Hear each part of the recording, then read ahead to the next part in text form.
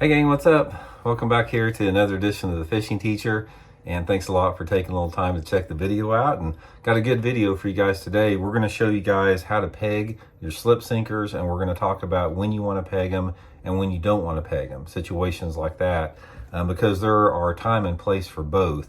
But there's a couple different little tricks to pegging that'll make it a lot more efficient and definitely get you some more bites. So we're going to share that with you guys today. And before we get started, I'd just like to invite everybody, if you haven't had a chance, please hit that subscribe button and the notification button so you don't miss any videos coming up in the future.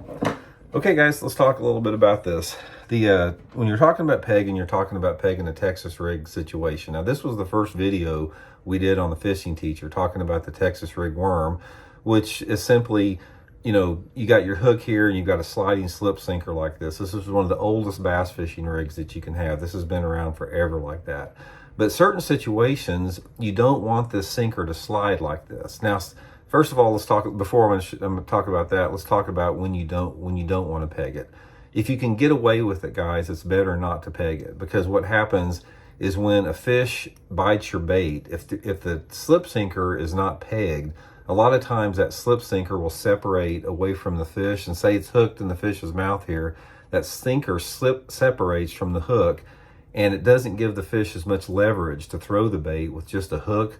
So if you can get by with that, sometimes it's better not to peg it. But if you're fishing around cover, you've got to peg it, because basically if you're fishing and penetrating cover, you want this whole bait to stay intact in there like that. You don't want the bait separating when you're pitching in cover there, because your worm could be hanging up this far ahead of your weight down into some heavy cover.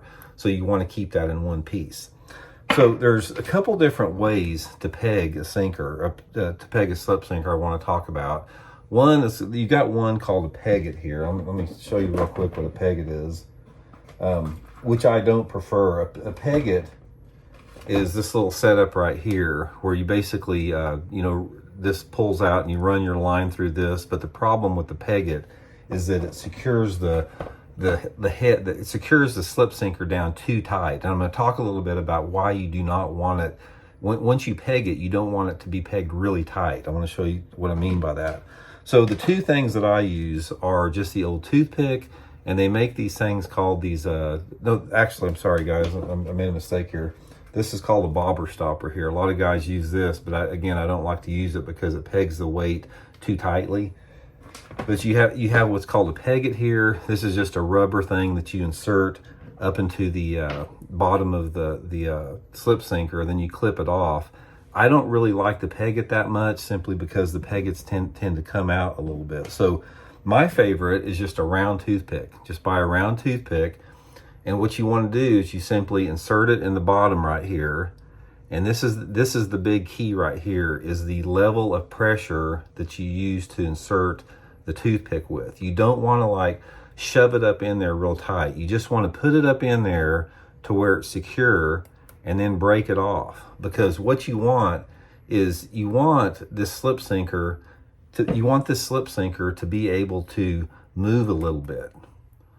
You don't want it to like be locked down. So what I want to do is I put it in with just enough pressure that the slip sinker will slide a little bit, but at the same time, it will hold the bait in position down there like that. So like I said, this right here, it's not locked in super tight. It still has enough tension to where, I can penetrate the cover and it doesn't come apart, but it will still separate a little bit when that fish jumps. So you need to experiment a little bit with how much pressure you put in there. But for the most part, it's easier to fish the bait when it's pegged, simply because the sinker and the hook don't come apart from each other. But here's my general rule of thumb with it. If I'm casting into open water, say I'm fishing a Texas rig worm off of a point that doesn't have much cover on it or something, I usually do not peg it, simply because, there's no reason to. But if I'm pitching and flipping the bait into some type of thicker cover like grass or flooded trees or laydowns or around boat docks where I want that bait to remain in one piece, that's when I peg it there. So anyway, guys, that's the simple thing. There's a lot of pegging options. The best one, in my opinion, just gets you a box of cheap round toothpicks. They do a good job. I've never had any problem with them fraying the line, and they just worked really good for me. So hope it helps out. We'll see y'all later.